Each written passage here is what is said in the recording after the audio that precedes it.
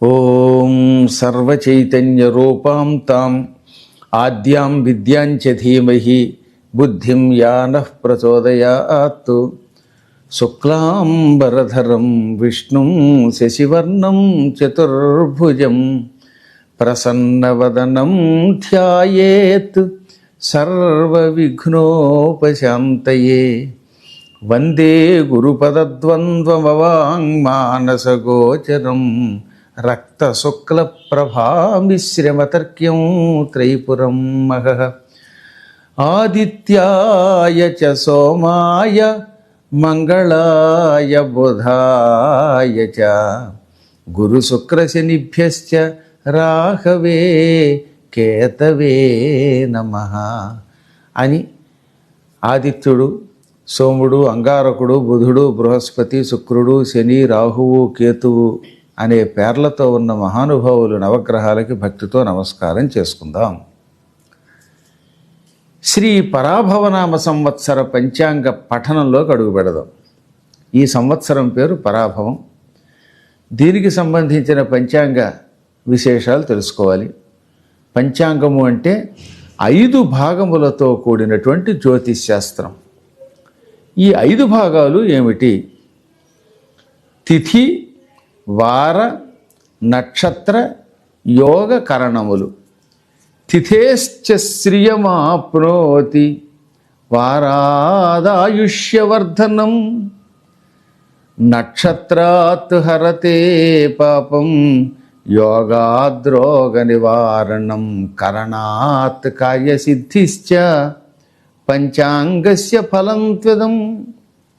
తిథి, వారము, నక్షత్రము, యోగము, కరణము అని పంచాంగం 5 భాగములుగా విభజించబడింది. పాడ్యమి మొదలుకొని వరుసగా పూర్ణిమ వరకు ఉన్న వాటిని తిథులు అంటారు. శుక్లపక్షంలో పాడ్యమి, విదియ, తృతీయ, చతుర్థి, పంచమి, షష్ఠి, సప్తమి, అష్టమి, నవమి, దశమి, ఏకాదశి, ద్వాదశి, త్రయోదశి, చతుర్దశి, పూర్ణిమ ఇవి శుక్లపక్షంలో వచ్చే తిథులు. ఇవే తిథులు ఉంటాయి. కాకపోతే కృష్ణపక్షంలో చివరిది పూర్ణిమ బదులుగా అమావాస్య ఉంటుంది. ఈ తిథులను పంచాంగంలో ఏ రోజుకు ఆ రోజు రాస్తారు. మన ప్రణవపీఠం క్యాలెండర్ ఉంది కదా, అందులో చూడండి ఏ రోజుకు ఆ రోజు. ఈరోజు 19వ తారీఖు ఉదయం పాడ్యమి ఉన్నది అని రాశారు. అందువల్ల సంకల్పంలో పాడ్యమి అని చెప్పుకోవాలి. ప్రతిపత్తి తిథి అని కూడా అంటారు దాన్ని. ఈ తిథిని తలుచుకోవటం వల్ల శ్రీయం సంపదను పొందుతాం. ఇక తర్వాత వారం, భానువారం, సోమవారం, మంగళవారం, బుధవారం, గురువారం, శుక్రవారం, శనివారం, ఆదివారం. మళ్ళీ ఇలా ఈ వారాలు తలుచుకుంటే ఆయువు పెరుగుతుంది. అశ్విని, భరణి, కృతిక, రోహిణి, మృగశిర, ఆర్ద్ర, పునర్వసు, పుష్యమి, ఆశ్లేష, మఖ, పూర్వ ఫల్గుని, ఉత్తర ఫల్గుని వాటినే పొబ్బ ఉత్తర అంటారనమాట. హస్త, చిత్త, స్వాతి, విశాఖ, అనురాధ, జ్యేష్ఠ, మూల, పూర్వాషాఢ, ఉత్తరాషాఢ, శ్రవణం, ధరిష్ట, శతభిషం, పూర్వ, భద్ర, ఉత్తర భద్ర, రేవతి అని పిలువబడే ఈ 27 నక్షత్రాల గురించి కూడా మన పంచాంగాల్లోనూ ముఖ్యంగా మన ప్రణవపీఠం క్యాలెండర్లో ఉంటాయి. ఏ రోజు ఏ నక్షత్రం ఉందో తలుచుకోండి. దీనివల్ల పాపం తొలగిపోతుంది. ఈ యోగాలు ఉన్నాయి, విశ్రంభ యోగం, క్షిప్రయోగం వంటి యోగాలు. ఈ యోగాల గురించి కూడా అందులో ఇచ్చారు. ఈ యోగాన్ని తలుచుకుంటే రోగాలు తొలగిపోతాయి. చివరిది కరణం, భవకరణం, తైతుల కరణం వంటివి. ఈ కరణములను తలుచుకుంటే కార్యసిద్ధి కలుగుతుంది. అందుకని పంచాంగం యొక్క ఫలం ఇదని తెలుసుకొని పంచాంగాన్ని గ్రహించాలి, వీటిని తలుచుకోవాలి. అందుకని ఈ పంచాంగంలో ఉన్న రహస్యాలని తలుచుకొని కార్యములను ఎలా చెయ్యాలో కాలకృత్తు ధీమాన్, కార్యవిత్ కాలకృత్తు ధీమాన్, దేవతానుగ్రహం లభేత్తన్నారు. సమయం చూసుకో, మంచి సమయం చూసుకో, కాలమును గ్రహించు, సక్రమంగా పనులు చెయ్యి, అప్పుడు దేవతల అనుగ్రహం లభిస్తుంది. అంటే అంతరార్థం ఏంటి? ఇప్పుడు వర్జ్యం అన్నారు. వర్జ్యం అంటే విడువదగినది, విడిచిపెట్టాలని చెప్పినప్పుడు ఆ టైంలో ప్రయాణం ఎందుకు అవడం? బలాత్కారంగా నానాయాత్ర పడి ప్రయాణం చేసి ఇబ్బంది పడటం కంటే వర్జ్య సమయంలో ప్రయాణం మానేయి, దుర్ముహూర్తం ఆ సమయంలో మానేయి. రాహుకాలం పట్టించుకోకర్లా. శాస్త్ర ప్రకారం రాహుకాలానికి భగవంతుడికి నమస్కారం చేసి వెళ్ళిపోవడం మంచిదే, కానీ ఒక వర్జ్యం దుర్ముహూర్తమే ప్రమాదకరమైనవి. ఇలాంటి కాలములను గ్రహించండి. ఈరోజు మనకి నక్షత్రం భయంకరంగా ఉందనుకున్నప్పుడు, ఏ విపత్తారు వచ్చినప్పుడు, లేకపోతే నైధనతారు వచ్చినప్పుడు, ప్రత్యక్తారు వచ్చినప్పుడు ఎందుకు తగాదాపడి యుద్ధం చేసి పనులు చేయటం? కాబట్టి చక్కగా సంపత్తార, క్షేమతార, సాధనతార, మిత్రతార, పరమపిత్రతార ఉన్నప్పుడు పనులు చేసుకుంటే, కాలముని ఎరిగి కాలమునకు అనుగుణంగా నడుచుకుంటే దేవతా అనుగ్రహం వల్ల పనులలో విజయం పొందుతాం. కాలానికి ఎదురు ఇదితే ఇబ్బందులు వస్తాయి, అందులో సందేహం లేదు, ఎంత గొప్పవాడికైనా సరే. ఈ పరాభవనామ సంవత్సరం పంచాంగ ఫలం ఎలా ఉందో తెలుసుకుందాం. ఇప్పటికీ కలియుగం ప్రారంభమై 5127 సంవత్సరాలు గడిచింది. ఇది 5127వ సంవత్సరం. శ్రీకృష్ణ పరమాత్ముడు అవతారం చాలించడంతో కలియుగం మొదలైంది. ఆ మొదలైన కలియుగం 5127వ సంవత్సరంలో అడుగుపెట్టింది. ఈ సంవత్సరానికి రాజు గురువు. కారణం, గురువారం నాడు ఉగాది ప్రారంభమైంది. ఏ వారం నాడు సంవత్సరాది ఆరంభమవుతుందో ఆ వారానికి ఉన్నటువంటి గ్రహదేవత ఏ సంవత్సరానికి రాదు.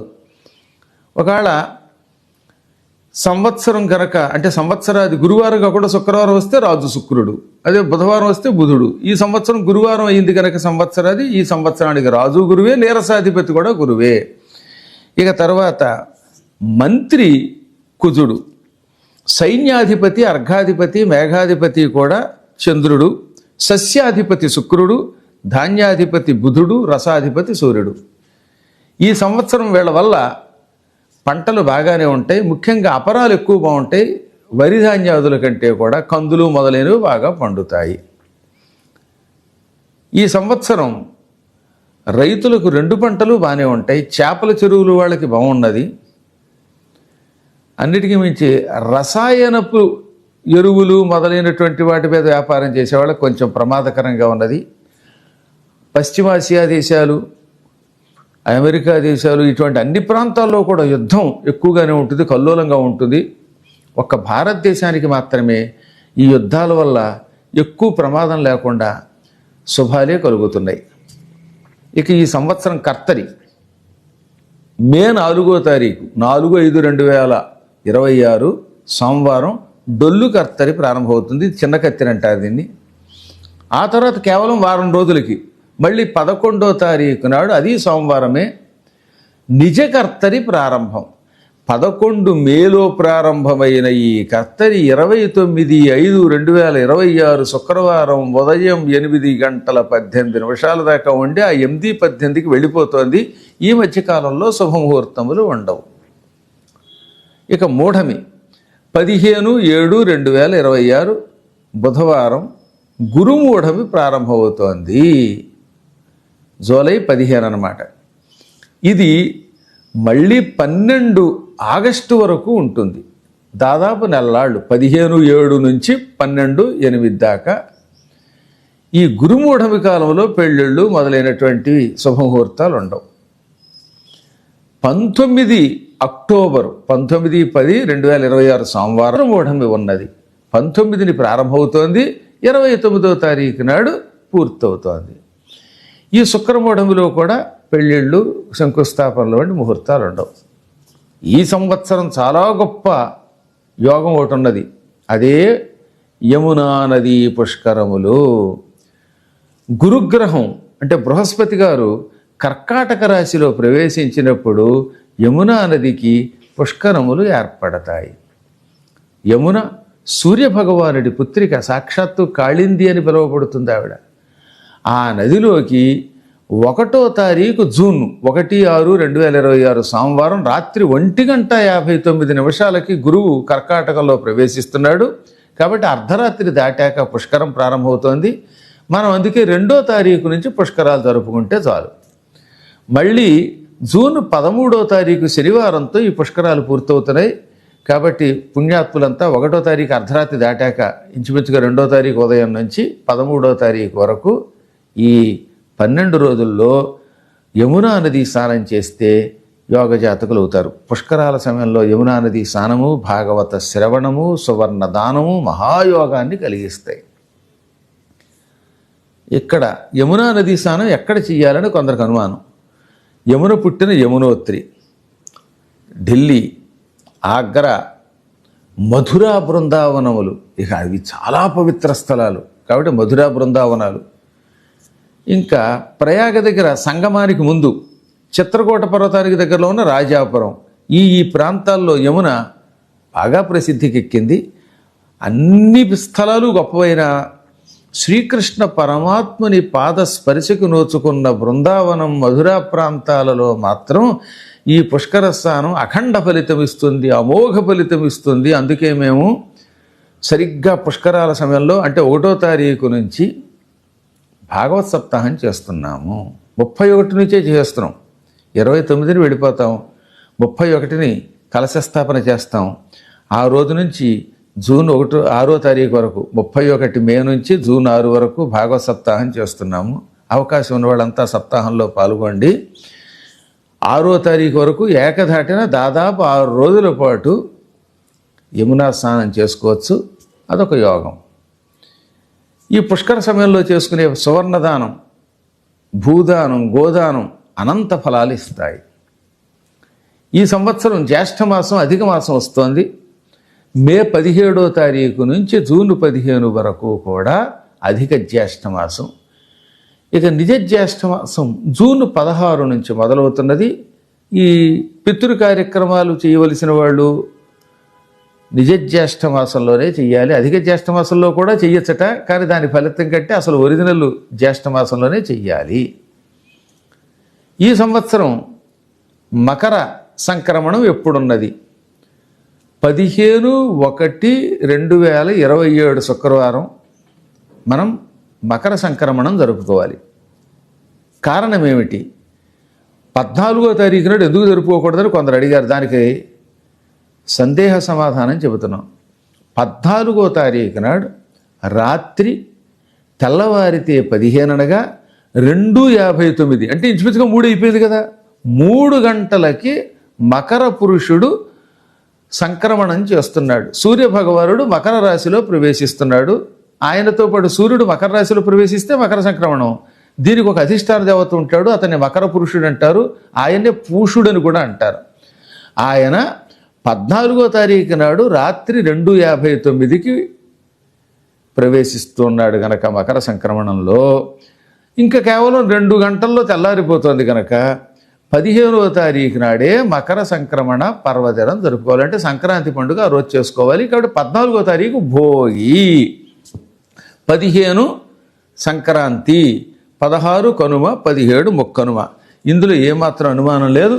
సంక్రమణ సమయాల్లో స్నానము చేయడమే కాకుండా గుమ్మడికాయ, సువర్ణము మొదలైనవి దానం చేసుకోవాలి. అవకాశం ఉన్నటువంటి పుణ్యాత్ములు స్వయంపాకాదులు ఇచ్చుకోండి. సంవత్సరంలో అత్యంత పవిత్ర దినాలు 2. ఒకటి కర్కాటక సంక్రమణం అంటే దక్షిణాయన పుణ్యకాలం, 2 మకర సంక్రమణం. ఈ మకర సంక్రమణంతో ఉత్తరాయణ పుణ్యకాలం ఆరంభమవుతుంది. ఇటువంటి కాలంలో చేసే స్వల్పదానము మహాఫలం ఇస్తుంది, అది తెలుసుకోండి. ఈసారి సంక్రాంతి పురుషుడు మహిషవాహనం మీద ప్రయాణిస్తున్నాడు. దున్నపోతు మీద ఎక్కి సంక్రమణం చేస్తున్నాడు. ఆయనకి గుర్రము, గాడిద, మహిషము ఇలాంటి వాహనాలు ఉన్నాయి, చాలా ఉన్నాయి. ఒక్కొక్క కాలంలో ఒక్కొక్క సంవత్సరంలో ఒక్కొక్క దాని మీద ఎక్కి తిరుగుతాడు. ఈ మహిష వాహనం మీద పరాభవనామ సంవత్సరంలో ప్రయాణించటం వల్ల ఎక్కువ మందికి అవమానాలు ఉంటాయి, అశాంతి ఉంటుంది. పంటలలో మినుముల పంటకి నష్టం ఎక్కువ ఉంటుంది. మినుములతో వ్యాపారం చేసేవాళ్ళకి నష్టమే, మినప పంట వేసేవాళ్ళకి నష్టం ఉంది. దీనికి ఏమి చర్య తీసుకోవాలి అంటే రాహుగ్రహమును భక్తి శ్రద్ధలతో పూజించాలి. ఈ సంవత్సరం రాహువుని భక్తితో పూజించిన వాళ్ళకి ఈ నష్టాలు పోతాయి. క్షామం ఎక్కువగా ఉంది ఈ సంవత్సరం ప్రపంచ దేశాల్లో. భారతదేశాన్ని పక్కన పెడదాం, భారతదేశానికి చాలా వరకు శుభమే ఉంది. ఎక్కువ దేశాల్లో ఆకలి చావులు ఉన్నాయి. జోర్డాన్, ఈ ఇరాన్, ఇరాక్కులు, కొన్ని గల్ఫ్ కంట్రీస్, ముఖ్యంగా దక్షిణాఫ్రికా దేశాలు, సోడాను, సోమాలియా ఇటువంటి ప్రాంతాల్లో పూర్వంతో పోలిస్తే ఆకలి చావులు ఎక్కువైపోతే అన్నము అని ఏడుస్తారు. ఎవడైనా చివరికి అన్నమో రామచంద్ర అనవలసిందేలేండి, చివరికి ఏ మతం వాడైనా ఆ స్థితి వస్తుంది. లోక శ్రేయస్సు కోసం, మన శ్రేయస్సు కోసం, మన దేశంలో ఎక్కువ ఈ ప్రభావం చూపకుండా ఉండడం కోసం అన్నపూర్ణాదేవిని తలుచుకోండి. భిక్షాందేహి కృపావలంబనకరీ మాతాన్నపూర్ణేశ్వరి అని అన్నపూర్ణాష్టకం చదువుకోండి. ఈ క్షామం మన దేశాన్ని ఏమీ చెయ్యదు, దుర్భిక్షం పోయి సుభిక్షం అవుతుంది. ఈ సంవత్సరానికి అధిపతి కేతు అవ్వడం వల్ల ప్రజలు తీర్థయాత్రలు ఎక్కువ చేస్తారు. గురువుగారితో పాటు తీర్థయాత్రకు వచ్చే జనం పెరుగుతారు. ఈ సంవత్సరం సోమవతితో కూడినటువంటి అమావాస్య వచ్చింది. అమావాస్య సోమవారం వస్తే సోమవతి అమావాస్య అంటారు. దీపావళి అమావాస్య ఆదివారము ఉన్నది, సోమవారము ఉన్నది. సోమవారం నాడు ఉదయం దాదాపు 10:50 దాకా కూడా అమావాస్య ఉండడం వల్ల ఆ రోజు కూడా దీపావళికి సంబంధించిన స్నానాలు చేయాలని శాస్త్రము. అందుకని దాన్ని సోమవతి అమావాస్య అన్నారు. ఆ రోజున తీర్థయాత్ర చాలా గొప్పది. రాజస్థాన్లోని పుష్కరు, యమునా నది, గంగా నది, సరస్వతీ నది, ఇటువంటి నదులలో స్నానము దానము చాలా గొప్పగా ఉంటుందని ఎన్నో పర్యాయాలు పురాణాల్లో చెప్పాం. అందుకని భక్తుల కోసం ఈ సంవత్సరం ఏం చేస్తున్నామంటే, ముందు పుష్కరానికి తీసుకెళ్ళి రాజస్థాన్లో అజ్మీర్ దగ్గర ఉన్నదానికి అక్కడ కార్యక్రమాలు చేయించి పద్మపురాణంలో ఉన్న కొన్ని మహిమలు చెప్పి, బ్రహ్మ మహిమలు చెప్పి, అనంతరం వీళ్ళందరినీ కూడా చిత్రకూట పర్వతానికి తీసుకెళ్ళి ఆదివారం నాడేమో రాజాపూర్లో యమునా స్నానం చేయించి, సోమవారం నాడేమో చిత్రకూటం దగ్గర మందాకిని స్నానం చేయిస్తున్నాం. దీనివల్ల ఒకే ఒక అమావాస్య నాడు 2 నదులలో స్నానం చేసిన పుణ్యం, ముఖ్యంగా సోమవతి అమావాస్య నాడు మందాకిని స్నానము, యమునా స్నానము చేసినటువంటి యోగం మీకు కలుగుతుంది. ఆ సమయంలో చేసే సువర్ణదానం గోరంత చేస్తే కొండంత ఫలితం ఇస్తుంది. వాడు చెప్పాడు, 1 గ్రాము బంగారం మేరు పర్వత దానంతో సమానము అన్నారు. దీనికి అంతటికీ మూల కారణం కేతువు ఈ సంవత్సరమునకు అధిపతి అవ్వడం. కేంద్ర రాష్ట్ర ప్రభుత్వాల మధ్యలో ఎక్కువ భాగం, ఏదో 1-2 రాష్ట్రాల పక్కన పెడితే ఎక్కువ మంది మధ్యలో సయోధ్య ఏర్పడుతుంది. కేంద్రం ముఖ్యంగా ప్రజలకు ఎంతో ఉపకారం చేస్తుంది. కారణం మహానుభావుడు కారణజన్ముడు నరేంద్ర మోడీ గారనే ఒక యోగీశ్వరుడు అక్కడ ఉన్నాడు కనుక స్వార్థరహితమైన పరిపాలన సాగుతూ ఉపయోగపడే చట్టాలు చేస్తారు. విదేశాల దండయాత్రలు సమర్థవంతంగా తిప్పికొడతారు. సాంకేతిక పరిజ్ఞానాన్ని అందిపుచ్చుకుంటారు. ధరలు పెరుగుతూ ఉంటే ప్రపంచంలో అన్ని చోట్ల పెరిగిన భారతదేశంలో నియంత్రణ జరుగుతుంది. ఏపీలో, ఆంధ్రప్రదేశ్లో సనాతన ధర్మం మళ్ళీ అభివృద్ధి పొందుతుంది. సమర్థవంతమైన పరిపాలన సాగుతుంది. ఈ సంవత్సరం చంద్రబాబు నాయుడు గారికి, పవన్ కళ్యాణ్ గారికి, వాళ్ళందరికీ అనుకూలమైన పవనాలు ఉన్నాయి. మేము రాజకీయ నాయకులం కావండి, పంచాంగంలో ఉన్నది చెప్పాము, మళ్ళీ మా మీద మీరేం విరుచుకుపడద్దు. ఉన్నట్టుగా చెప్పడం మా ధర్మం. మాకు ఎవరి మీద పక్షపాతం లేదు. వారికి ఎంతో అనుకూల కాలం. వాళ్ళు మంచి మంచి పనులు చేయగలుగుతారు. ఆంధ్రప్రదేశ్ రాష్ట్రాన్ని అగ్రగామిగా చేస్తారు. తెలంగాణ కూడా బాగా అభివృద్ధి అవుతుంది. భవిష్యత్తులో దక్షిణాది రాష్ట్రాల్లో సనాతన ధర్మం పరిఢవిల్లే సూచనలు ఎక్కువ కనపడుతున్నాయి. సత్సంబంధాలు కేంద్ర రాష్ట్ర ప్రభుత్వాల మధ్యలో పెరుగుతాయి. ప్రజా ప్రయోజనాలు లక్ష్యంగా ప్రజలు పనులు చేస్తారు. మన దేశంలో ఈ పాకిస్తాను, బంగ్లాదేశు మొదలైన వాళ్ళ వల్ల అశాంతి ఏర్పడుతుంది. వాటన్నిటినీ సజావుగా తిప్పికొట్టి ప్రపంచ శాంతిని భారతదేశం కాపాడుతుంది. మన దేశం ప్రపంచానికి రక్షణ కవచంగా నిలబడుతుంది. ఈ సంవత్సరం ఆత్మహత్యలు, కరువు కాటకాలు, నేరాలు, మోసాలు ఇవన్నీ తగ్గుతాయి. కిందటి సంవత్సరం కంటే తగ్గుపడతాయి. పండితుల్లో తగాదాలు పెరుగుతాయి. వేద పండితులు, పీఠాధిపతులు కూడా నువ్వంటే నువ్వని కొందరు తగాదాలు పడుతూ ఉంటారు. ఇటువంటి సమయంలో నారాయణ కవచము, శివ కవచము పారాయణ చెయ్యండి ప్రజలందరూ. ఈ తగాదాలు కొంతవరకు ప్రమాదం తెచ్చిపెట్టకుండా ఉంటాయి. వివాహాలు అవ్వని వాళ్ళకి ఎక్కువ మందికి పెళ్ళిళ్ళు అవుతాయి. సంబంధాలు బలపడతాయి. భార్యాభర్తల మధ్యలో ఐకమత్యం ఉంటుంది. అంటువ్యాధులు తొలగుతాయి. రైల్వే సంస్థల్లో, వైమానిక సంస్థల్లో, ఇంకా రవాణా విశేషాల్లో, అన్ని విషయాల్లో ఆధునికీకరణ బాగా పెరుగుతుంది. వేగం పెరుగుతుంది. ప్రమాదాలు కూడా తగ్గుముఖం పడతాయి. గురుడు ఉచ్చరాశిలో సంచారం చేయటం వల్ల మాబోటి పౌరాణికులకి, మఠాధిపతులకి గౌరవం పెరుగుతుంది. దేశానికి సమర్థుడైన నాయకుడు ఉన్నాడు కనుక ఆయనకి కూడా కీర్తి పెరుగుతుంది. సైనికులు బలపడతారు. విద్యారంగం చాలా పైకి వస్తుంది. మన విద్యారంగానికి ప్రపంచంలో గుర్తింపు వస్తుంది. ఈ సంవత్సరం అలంకార సామగ్రికి విలువ పెరుగుతుంది. వస్త్రాలు, వస్త్ర పరిశ్రమలు ఇవన్నీ కూడా బాగా అభివృద్ధి అవుతాయి. అప్పుడు కుట్టినటువంటి బట్టలు అమ్ముతారు సార్, చొక్కాలు మొదలైనవి కుట్టి అమ్ముతారు, వాటిని ఇంగ్లీష్లో రెడీమేడ్ అంటారు. ఇటువంటి వాటికి గిరాకీ పెరుగుతుంది. బంగారపు ఆభరణాలు, వెండి కూడా ఎక్కువగా కొనుగోలు చేస్తారు. వాటికి ధర నిలకడగా ఉంటుంది. వ్యాపార రంగంలో వాళ్ళకి బాగుంది. సంవత్సర ఆరంభంలో ఏప్రిల్ 11, 17, మళ్ళీ ఆగస్టు 11, 13 మధ్య, మార్చి 18, 19 తేదీల మధ్యలో కొంత దేశారిష్టం ఉంటుంది, తగాదాలు ఉంటాయి. కాబట్టి 4 గ్రహాల కూటమి ఉన్నది కనుక జాగ్రత్తగా ఉండి ఆ సమయంలో నవగ్రహ పూజలు చేసుకోండి. అక్టోబర్, ఈ సంవత్సరం అక్టోబర్ 31 నుంచి డిసెంబరు 5 మధ్య గురుకేతువులు ఏకరాశిలో ఉంటారు. గురువు కేతువు ఒకే రాశిలో సంచరించటం వల్ల చండాల యోగం ఉంటుంది. దీనివల్ల ఆ సమయాల్లో కొంత తగాదాలు ఎక్కువగా ఉంటాయి, అశాంతి ఉంటుంది. ముఖ్యంగా ప్రపంచానికి కూడా పీడగా ఉంటుంది. ఇటువంటి సమయంలో అత్యంత భక్తి శ్రద్ధలతో మహన్యాసపూర్వక రుద్రాభిషేకాలు జరిపించండి, నారాయణ కవచాన్ని వినండి.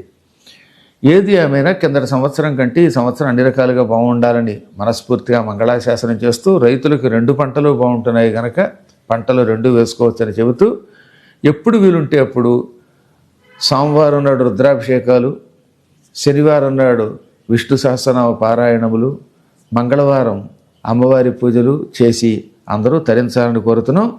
దీంతో పాటుగా ఎవరి ప్రయోజనాలు ఎలా ఉంటాయో తెలియడానికి 12 రాసుల ఫలాలు కూడా ఇచ్చేసాం. ఇది సంవత్సర ఫలం, దేశ ఫలం, ప్రపంచ ఫలం. ఇది క్లుప్తంగా 12 రాసులు వరుసగా మేషము, వృషభము, మిథునము, కర్కాటకము, సింహము, కన్య, తుల, వృశ్చికము, ధనుస్సు, మకరం, కుంభం, మేనం, ఈ మొత్తం రాసులన్నిటినీ కూడా మీకు అందించే రాశి ఫలాలు. వాటిని కూడా వినండి, తరించండి. పంచాంగం విన్నవాళ్ళు ఈ ఉగాది నాడు తప్పనిసరిగా ఉగాది పచ్చడి తినండి. వేపపూత పచ్చడి ఉంటుందే, ఈ వేపపూత పచ్చడిని దాంట్లో చేదు, పులుపు, తీపి అన్నీ కలుపుతారు. ఎలాగో చింతపండు ఉంటుంది, మిరపకాయ ముక్కలు వేస్తారు, పచ్చిమిరపకాయ ముక్కలు, కొబ్బరికాయ ముక్కలు కూడా కొందరు వేస్తారు, మామిడి ముక్కలు, ఇవన్నిటితో కూడిన ఉగాది పచ్చడిని స్నానానంతరం తినండి. తప్పనిసరిగా కొన్ని పనులు చేయాలి ఉగాది నాడు. ప్రొద్దుటే లేవాలి, పొద్దుటే లేచిన తర్వాత తలారా స్నానం చేయాలి. ఆ తర్వాత బొట్టు పెట్టుకుని ఇష్టదేవత పూజ చేయండి, గురు ప్రార్థన చేయండి, పంచాంగం వినండి, ఈ ఉగాది పచ్చడి తినండి. వీలున్నంత వరకు ఈరోజు నవగ్రహ ప్రదక్షిణ చేయండి. గురువులు మీకోసం అందించిన స్తోత్రాలు ఏమైనా ఉంటే అవి చేయండి, పంచాంగ శ్రవణము చేయండి. మేము పఠనం చేస్తాం, మీరేమో వినండి. ఈ విధంగా అందరం తరిద్దాం, దేశం యొక్క అభివృద్ధి కోరుకుందాం. నమః పార్వతీపతయే హర హర మహాదేవ, గోవింద గోవింద.